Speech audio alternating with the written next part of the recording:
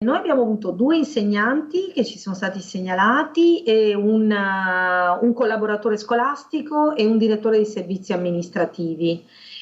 Oggi abbiamo avuto qualche altra segnalazione, quindi comunque si contano, diciamo, sulle dita di una mano. Primo giorno fuori dall'aula perché senza Green Pass. Al quarto, considerato assenza ingiustificata e dunque contrattenuta dello stipendio, insegnanti o personale scolastico che ancora non si saranno messi in regola saranno sospesi.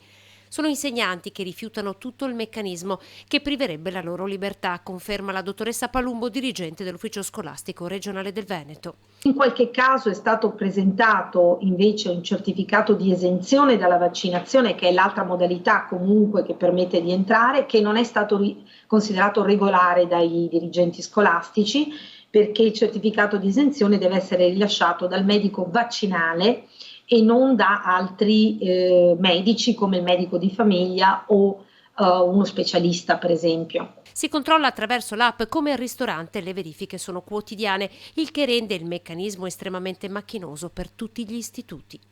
Siccome non c'è stata una deroga a queste disposizioni sulla privacy, ovviamente il garante ci ha ricordato quello che è ovvio, e cioè che non è possibile al datore di lavoro conoscere il dato sanitario che è alla base del Green Pass. Se è vero che il personale scolastico ha raggiunto livelli di immunizzazione altissimi, oltre l'85%, il 95% nella Marca Trevigiana, il vero banco di prova sarà il primo giorno di scuola, il 13 settembre, poiché il personale invitato in presenza in questi giorni copre soltanto i corsi di recupero. Intanto sono diversi i docenti che si starebbero vaccinando in questi giorni. Sappiamo che in questi ultimi giorni c'è stata una intensificazione comunque dell'accesso agli hub vaccinali da parte degli ultimi ritardatari, chiamiamoli così tra virgolette. Io credo veramente che arriveremo quasi al 100% alla fine dei conti quando saremo vicini al 13 settembre.